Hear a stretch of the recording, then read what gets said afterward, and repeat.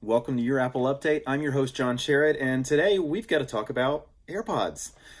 These are not the new AirPods, but earlier this week, Apple did announce new AirPods, which is something that a lot of people have been waiting for.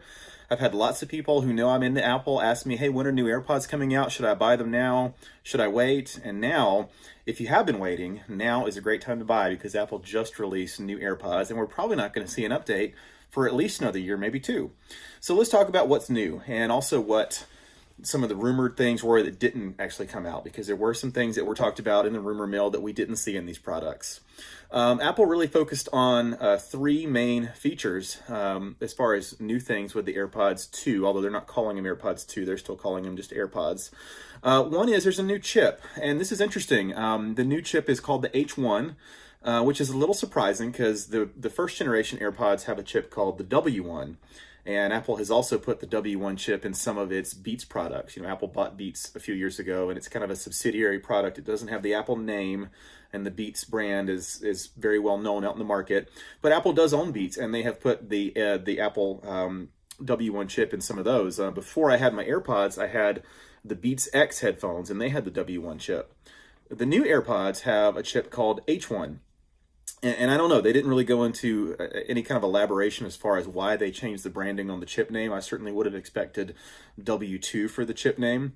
There was a line in the press release that it didn't come out and say that they'll use the H1 chip in other headphones, but it kind of implied that was a possibility. They said the new Apple-designed H1 chip developed specifically for headphones, and then it goes on to say delivers performance efficiencies, faster connect times, more talk time, and the convenience of hands-free. Hey, I'm not going to say it out loud because I don't want to trigger your thing, but we're talking about the Siri voice-activated feature. So the fact that they said that the H1 chip was designed specifically for headphones certainly seems to open the door to the possibility of them including the H1 chip in other products. To my knowledge, they have not announced any other products that have the H1 chip. They could presumably use them in some of the Beats products, or there have been rumors for a while that Apple might be working on their own over-the-ear headphones that are Apple branded instead of Beats branded. And so that would certainly be a prime candidate for this as well. But that H1 chip, that chip inside the AirPods does a few things. It allows it to connect. You know, you just flip the lid open and you can see on the screen that it's got the AirPods. It invites you to pair. They connect very quickly. Once you pair them, it syncs the pairing across all your Apple devices, so you can very quickly just choose whether you want to connect the AirPods that you're wearing to your iPhone, your iPad, your Mac, your Apple Watch, your Apple TV, whatever it is. And it just makes that process better. And of course, it handles all the syncing between the two, because you've got two separate devices that are communicating with each other and with the phone and handling the stereo audio and all that. It's amazing to me that that works. But that's all handled on board by the processing.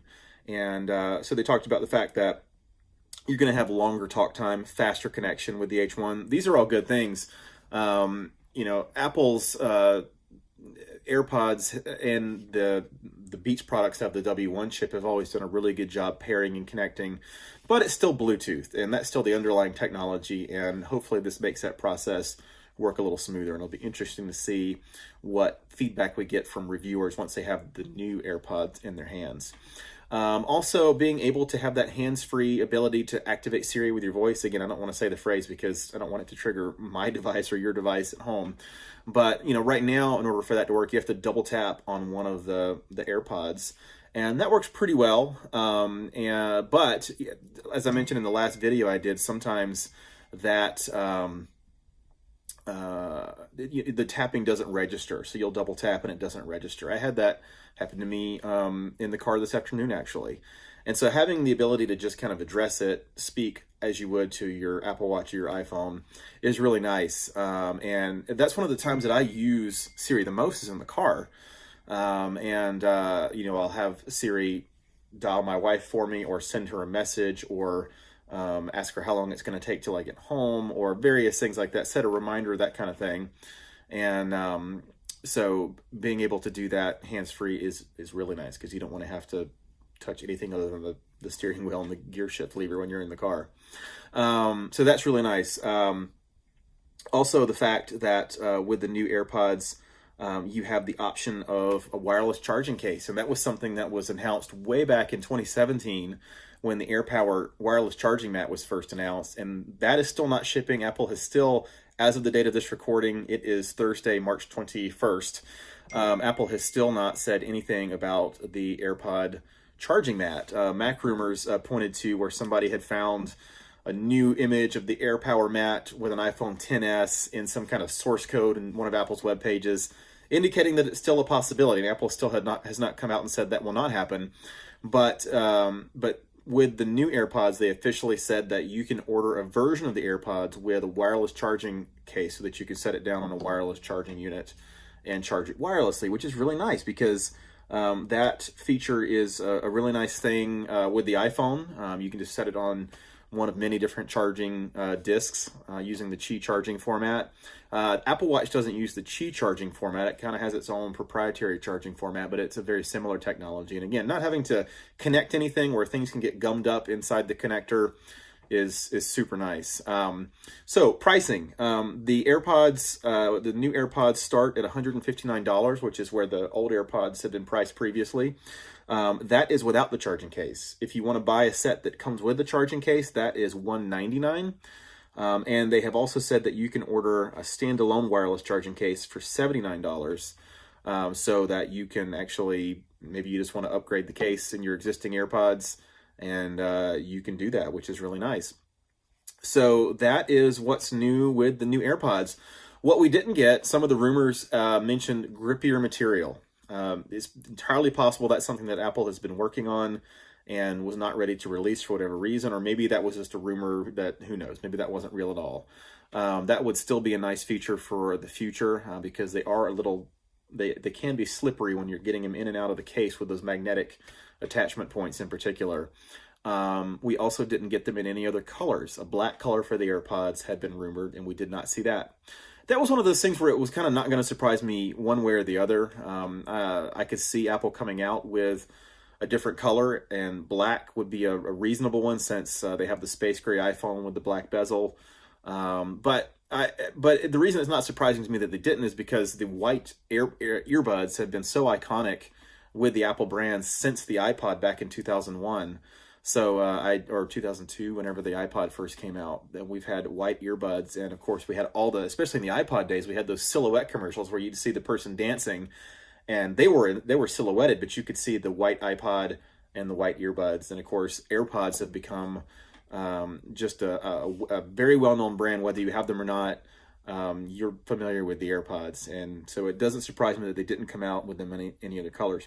Another thing that was not introduced was water resistance. That was something that a lot of people had wanted to see in the next version of the AirPods, and we didn't get that with the new AirPods announcement. So I wonder if that was ever on the table for Apple, if they felt like just the way they were designed, if they kept out moisture enough to meet whatever threshold they were looking for. Maybe they did tests that showed that not many people damaged them through water. I mean, you're certainly not going to jump in the shower with them, so you're really more concerned about if I'm walking in a rain shower, are they going to get damaged, or if I'm sweating in the gym, that kind of thing. But we didn't see that. So I guess the question now is, who should buy AirPods today? If you don't have a pair of AirPods and you've been wanting them and you've been waiting for the opportunity for Apple to release new ones before you bought them, now's a great time. Go ahead and buy them. You just have to kind of decide whether you want the charging case or the version that's less expensive but doesn't come with the wireless charging case. If you have AirPods already, like I have a pair of first generation AirPods, as of now, I have no plans to go out and buy the new AirPods. My battery life is still great with them. If the battery life starts to decline significantly, that would be something that would prompt me to go out and buy them. The biggest feature that the new AirPods have that does interest me is the wireless Siri ability, or the hands-free Siri, ability. But I don't think that's a compelling enough reason for me to replace the pair of AirPods that I have now. So I'm going to stick with what I have, and probably, unless one of these three specific new features, the H1 chip and the longer talk time, the ability to do hands-free Siri, and the wireless charging case, those would be the only things that might compel you to upgrade your current AirPods. That's all I've got for today. I want to hear from you though. Let me know in the comments on YouTube or on Twitter at JW Sherrod. What do you think? Are you planning to go out and buy a new pair? Did you like this announcement? Was it disappointing to you? Let me know. I'd love to talk with you about it. That's it for this episode. A reminder that on March 25th, which is this coming Monday, Apple has an event that it looks more and more likely now will focus on Apple's upcoming streaming TV service and their Apple News subscription service. The fact that they announced a lot of new hardware this week through press releases, including AirPods, new iPods, which I talked about in the last video, and new iMac upgrades, indicates that they really are going to focus on those two features. I think hardware-wise, we're still looking to see if they're going to mention the AirPower Mat. That's probably the biggest hardware thing we're looking to see a possibility of. But that's been the biggest Lucy in the football thing for Apple for the last year and a half now. So don't hold your breath on that. We will see. But that's it for this episode of Your Apple Update. I'm your host, John Sherrod, and I will see you next time.